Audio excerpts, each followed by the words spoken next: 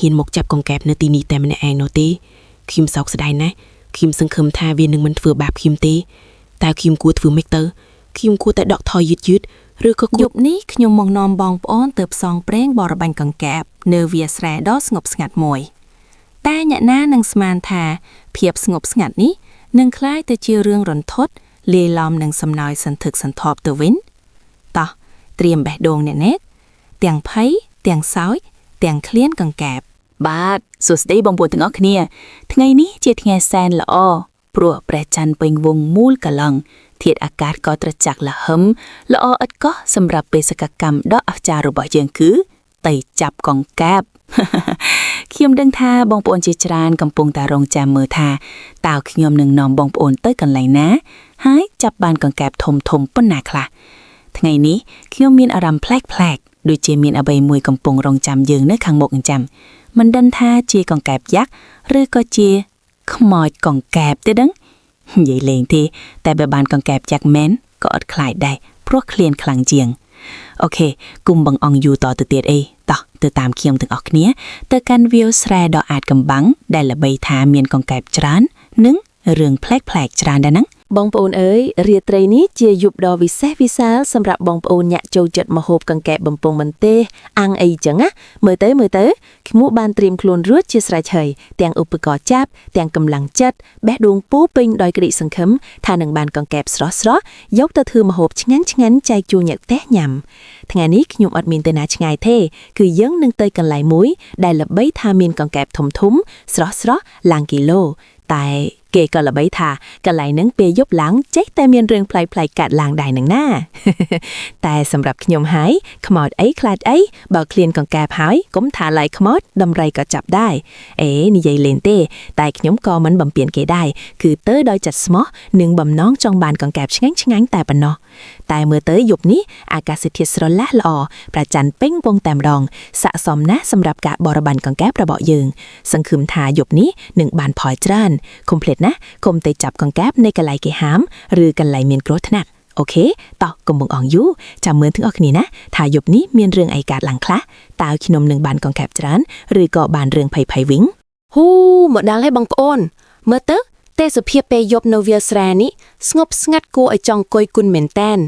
แต่ก็เลียลุมหนึ่งพิบลุบละออกกักบันติกได้ขยำโดยเจียมีนอารมณ์ท่าตระจักเคาะธรรมดาไฮสำเร็งของแก๊บก็มันเศร้าลือโดยกีท้ามุ่นมาดอลังจังมันไอเต้ประห้าจีปวกเวียและคลวนจำพิเนียพิเศษโดยจีขยำนี่หายบ้านจีเล็กบางคลวนแต่เมื่อตึกเนื้อตีนี้ก็ทลาหายอากาศเทียตระจักจอดบอกระวิจวิทตึกจีเถื่อเอาอารมณ์สระสายบัดเอาเรื่องหอดเหนื่อยแต่มาดังแต่ตัวจีอย่างนะก็ขย่มเนื้อแต่ปรงประหยัดเจนิดโปรยบเนื้อตีเวียลนี้อายนึงเมียนเรื่องมันนึกสมานดอกาดลางบานกรุบเปลขย่มหนึ่งจับดำเบสกะกรรมระบอกขย่มให้สังคมท่าบานของแกบชงั้นยกเตอบำปงมาเต็ดโอเคต่อจับดำสวงโรโก้ดาวตั้งออกเนี่ยโอ้โหนี่อ้างโกดาวดำบงกระบอกยึงตั้งแกบต้อยละมมมุ้ยคืนเตบงโอนเขียงทาอัดมินเวสนาบานกังกับทมเต้ฮ่าแต่มันไอเต้จับบานให้สังคมทานึงมีนจรานเตียด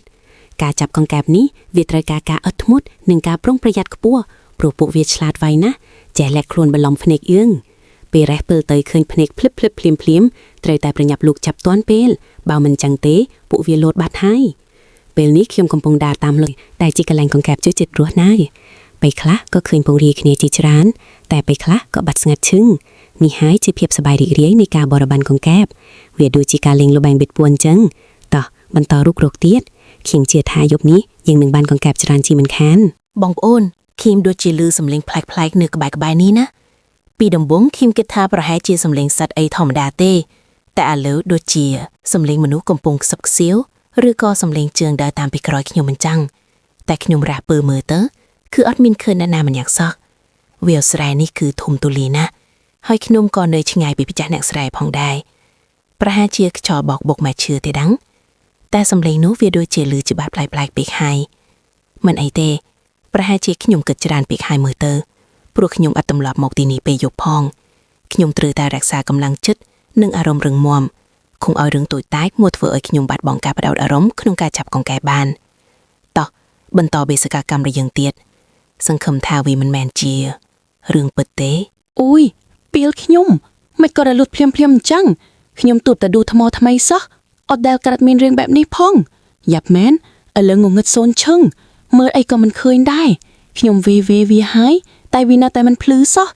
នេះច្បាស់ជាមានរឿងមិនល្អកើតឡើងហើយខ្ញុំដូចជាមានអារម្មណ៍ថាតាជាជាងមុនទៅទៀតហើយសំឡេងសត្វល្អិតក៏លែងលឺដូចមុនដែរពេលនេះវាស្រ័យទាំងមូលដូចជាស្ថិតក្នុងភាពស្ងាត់រងំដ៏គួរឲ្យខ្លាចខ្ញុំត្រូវតែរកដំណោះស្រាយជាបន្ទាន់បើមិនចឹងទេខ្ញុំប្រកាសជាវង្វេងផ្លូវនៅទីនេះហើយខ្ញុំមានតែទូរស័ព្ទមួយគត់តែមានភ្លើងហ្វាតែខ្ញុំខ្លាចខ្ជិះថ្មតែឥឡូវគ្មានជំរឿផ្សេងទៀតទេតោះបោកភ្លើងហ្វាទូរស័ព្ទប្រាសិនតើសង្ឃឹមថាវាមិនបន្តរលត់ដូចពីខ្ញុំទេបងប្អូនមើលទៅពន្លឺទូរស័ព្ទនេះភ្លឺតិចមែនទែនវាគ្រាន់តែជួយឲ្យខ្ញុំមើលផ្លូវតិចប៉ុណ្ណោះតែមិនអាចមើលឃើញជុំវិញខ្លួនច្បាស់នោះទេឥឡូវខ្ញុំដូចជាកំពុងដើរចូលទៅក្នុងតំបន់មួយដែលកាន់តែជ្រៅទៅហើយខ្ញុំមិនប្រកាសថាខ្ញុំកំពុងដើរទៅណាទេខ្ញុំដូចជាឮសំឡេងអ្វីមួយដកដង្ហើមញាប់នៅក្បែរខ្ញុំអារម្មណ៍ខ្ញុំពេលនេះគឺភ័យខ្លាំងណាស់តែខ្ញុំនៅតែព្យាយាមទ្វីចិត្តឲ្យរឹងមាំព្រោះខ្ញុំដឹងថាបើខ្ញុំភ័យវានឹងកាន់តែញាប់ប្រហែលជាសំឡេងខ្យល់តែដឹងតែហេតុអីបានជាខ្ញុំមានអារម្មណ៍ថាមាននរណាម្នាក់កំពុងសម្លឹងមើលខ្ញុំពីក្រោយអញ្ចឹងខ្ញុំអត់ហ៊ានបែរក្រោយមើលទេព្រោះខ្ញុំខ្លាចឃើញអ្វីដែលមិនគួរឃើញ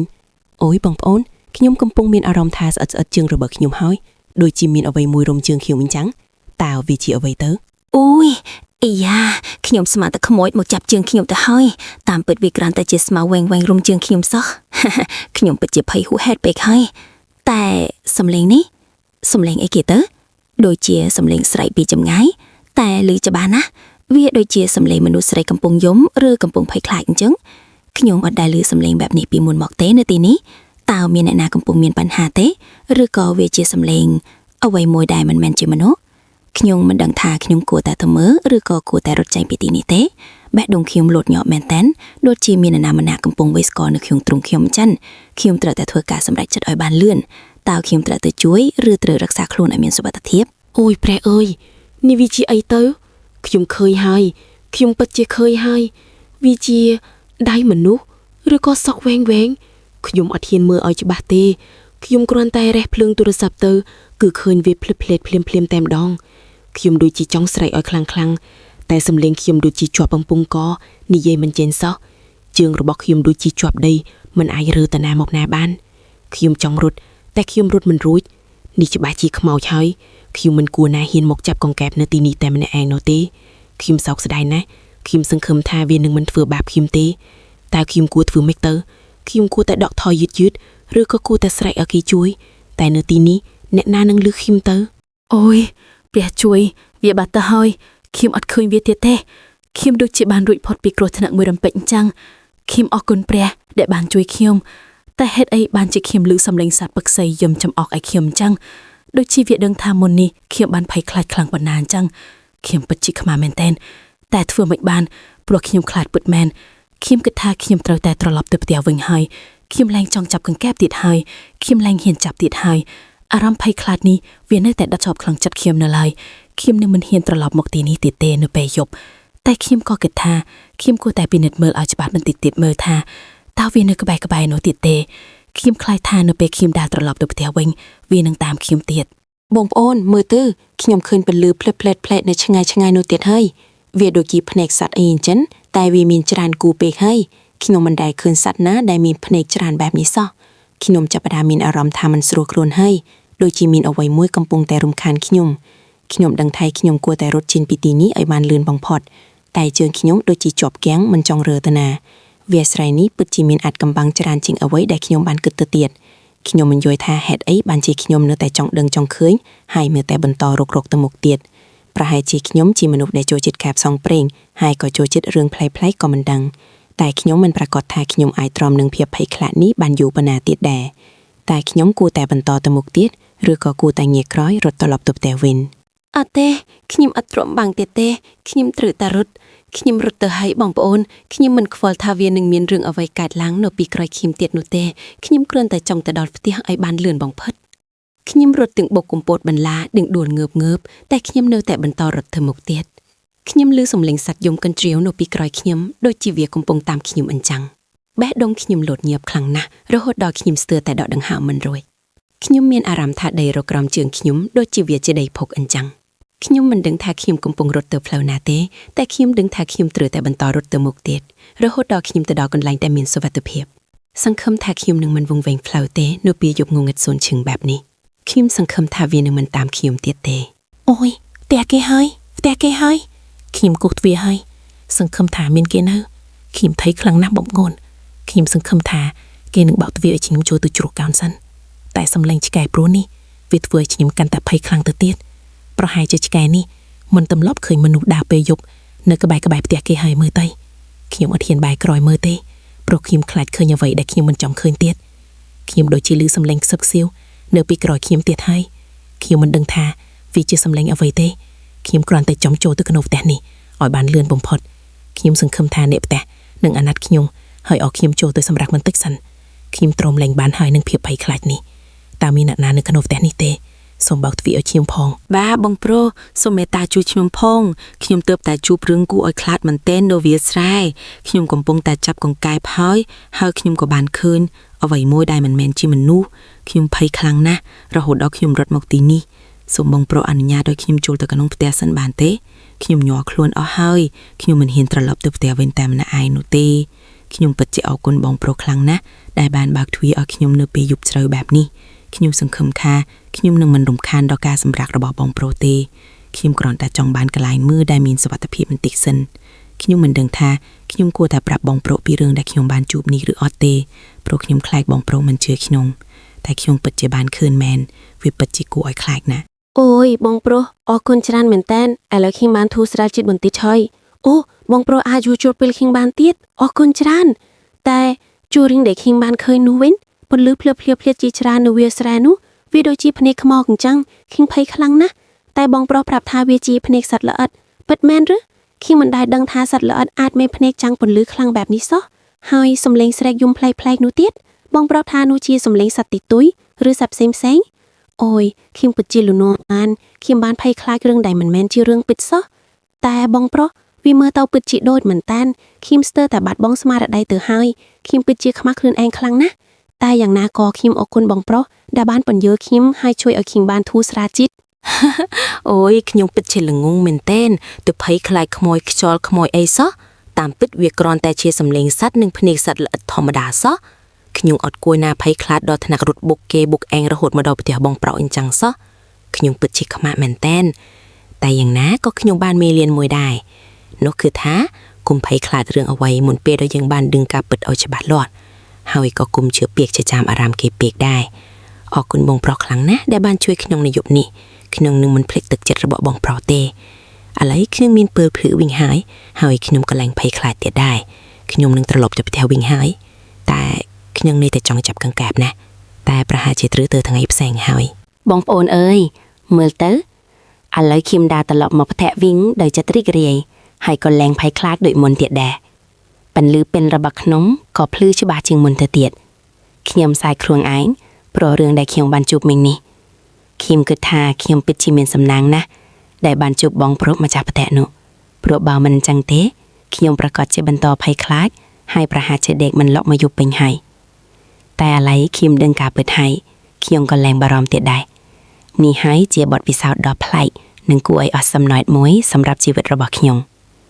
នឹងមិនភ្លេចរឿងនេះឡើយតែទោះជាយ៉ាងណាខ្ញុំក៏នៅតែប្រុងប្រយ័ត្នជានិច្ចនៅពេលដែលខ្ញុំដើរតែម្នាក់ឯងនៅកន្លែងស្ងាត់នៅពេលយប់យើងមិនដឹងថាមានរឿងអ្វីអាចនឹងកើតឡើងបាននោះទេហូមកដល់ទេដោយសុវត្ថិភាពហើយបងប្អូនខ្ញុំធូរទ្រូងមែនតែនបើនិយាយពីរឿងកង្កែបវិញយប់នេះគឺអត់បានមួយក្បាលសោះ តែបានបទពិសោធន៍មួយជីវិតមកវិញបទពិសោធន៍ភ័យខ្លាចរហូតដល់ចង់ហៀទឹកនោមតែចុងក្រោយគឺបានសោយខ្លួនឯងពេលនេះខ្ញុំអស់កម្លាំងខ្លាំងណាស់តែអារម្មណ៍ខ្ញុំគឺសប្បាយរីករាយខ្ញុំនឹងមិនភ្លេចរឿងនេះទេហើយខ្ញុំក៏នឹងរៀបរាប់ប្រាប់មិត្តភក្តិនិងក្រុមគ្រួសាររបស់ខ្ញុំផងដែរខ្ញុំគិតថាវានឹងក្លាយជារឿងកំ pl ែងមួយសម្រាប់ពួកគេតែខ្ញុំក៏នឹងប្រាប់ពួកគេឲ្យប្រុងប្រយ័ត្នផងដែរពេលនេះខ្ញុំត្រូវការសម្រាប់ហើយខ្ញុំសង្ឃឹមថាបងប្អូនទាំងអស់គ្នានឹងសប្បាយរីករាយជាមួយនឹងវីដេអូរបស់ខ្ញុំបាទបងប្អូនទាំងអស់គ្នាវីដេអូផ្សងព្រៀងបបាញ់កង្កែបឈូបខ្មោចដែលតាមពិតអត់មែនខ្មោចរបស់ធៀមបានមកដល់ទីបញ្ចប់ហើយសង្ឃឹមថាបងប្អូនបានទាំងសើចទាំងភ័យទាំងបានមេរៀនមួយចំនួនពីបទពិសោធន៍របស់ខ្ញុំកុំភ្លេចណាមុននឹងទៅកន្លែងណាសូមសិក្សាឲ្យច្បាស់លាស់សិន ให้สำคัญបំផុតកុំភ័យខ្លាចរឿងអីមុនពេលដឹងការពិតអរគុណសម្រាប់ការទស្សនាសូមជួបគ្នានៅវីដេអូបន្ត